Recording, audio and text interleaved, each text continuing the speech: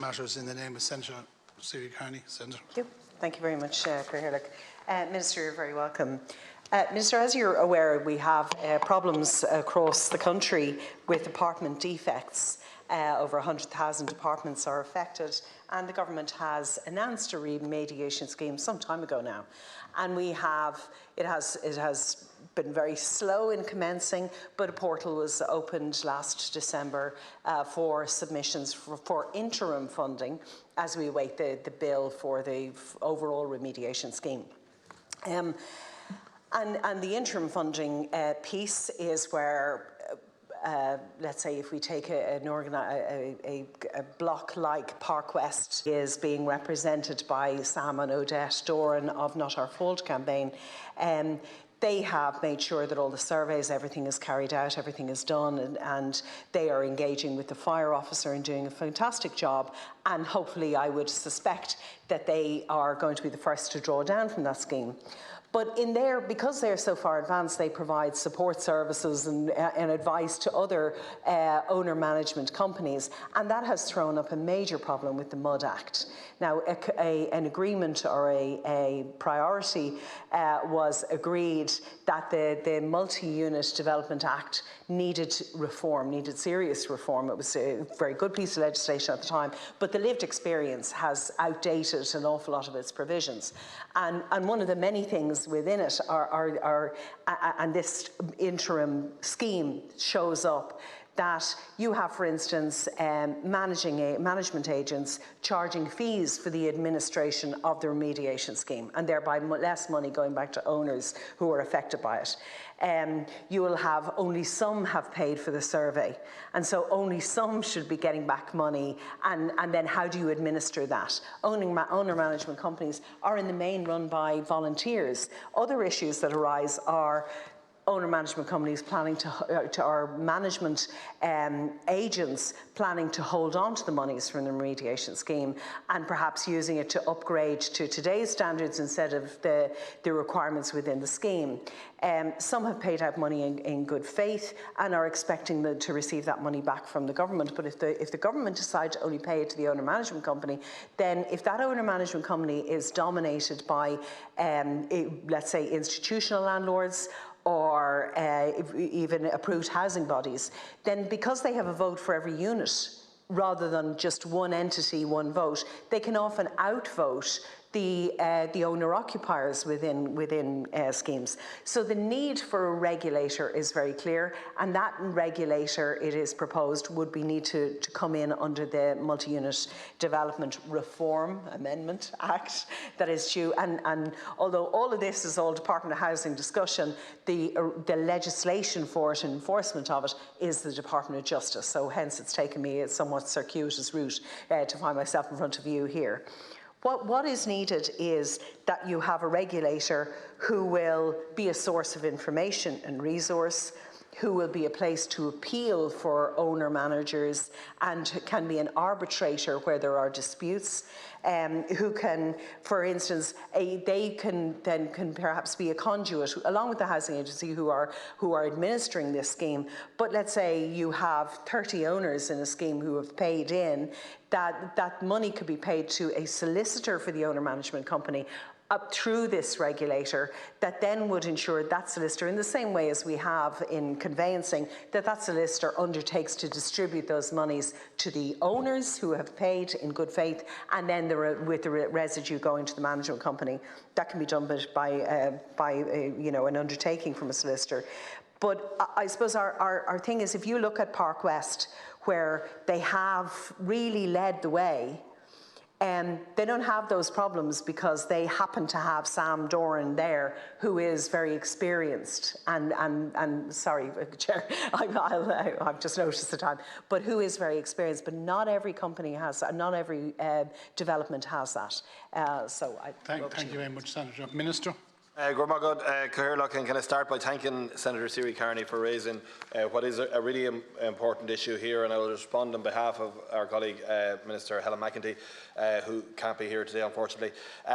Last December, the Minister for Housing, Local Government and Heritage, Darragh O'Brien TD, announced the opening of the interim remediation scheme as you've outlined, Senator, for fire safety defects in eligible apartments and duplexes.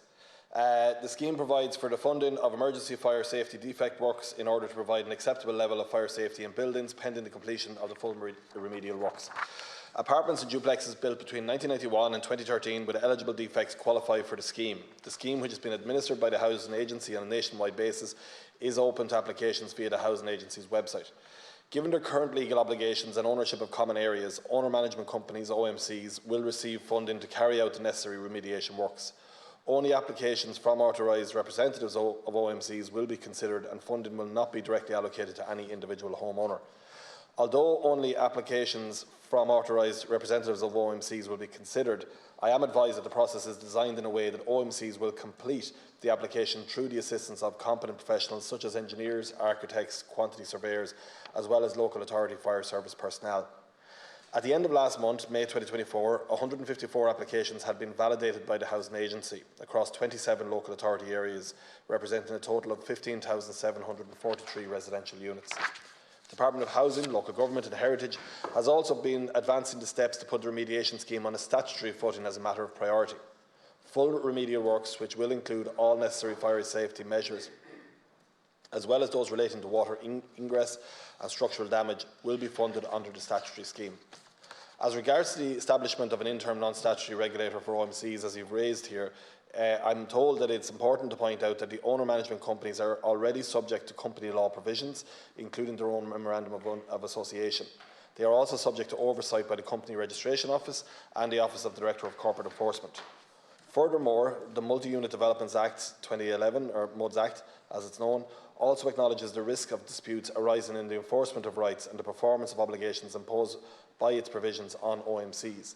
Section 24 of the MUDS Act makes provision for the resolution of such disputes. A non-statutory regulator would have no lawful authority over any entity, and so establishing such a regulator would be of no practical effect. Given the challenges arising in the context of the interim scheme and the proposed statutory scheme, Minister McEntee and Minister O'Brien have agreed to establish an interdepartmental group to consider further regulatory measures regulatory measures are required for OMCs. Thank you very much, Minister. Senator. Thank you. And Minister, you're just the messenger, but that is a totally inadequate answer. It doesn't reflect the lived experience. So you have one OMC, these are voluntary people who live in apartments that they've been told have defects. Some of them got bills for €64,000. You have owner management companies that are in bed with the suppliers and getting backhanders, and all sorts of stuff is going on. They have inflated tendering processes and inadequate procurement processes. They are charging levies to owners and applying interest to those levies. And who's benefiting from that? Well, in many, you have the original builder who developed that development with all of these issues in hand, who have a controlling interest in the owner management company. The idea that the MUD Act is deemed to be appropriate is way off the lived experience of the people around the country. And so it's a wholly inadequate answer. And I will finish on this.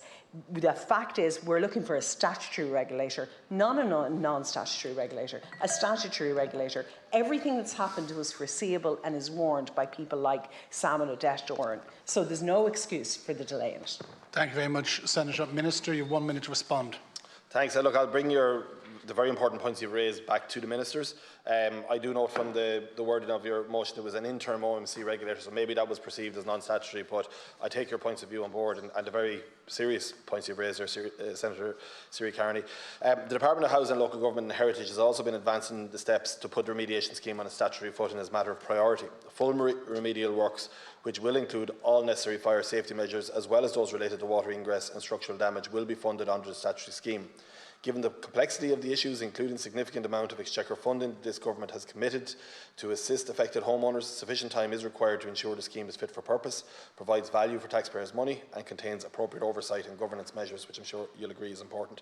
However, in respect of refunds for outlay already made by homeowners before the interim scheme came into operation, this government approved the principle of allowing remediation costs already incurred or levied to be covered under the forthcoming statutory remediation scheme, once such costs fall within the scope and and defined parameters of the scheme. It is expected that the general scheme of the proposed bill will be submitted to government before the summer recess. Subject to the legislative process, the statutory scheme will be in place shortly thereafter. As I noted earlier, it has been agreed to establish an interdepartmental group to consider what further regulatory measures are required for the OMCs. I'll bring your specific points raised here today back to both ministers. Thank you. Thank you very much, Minister.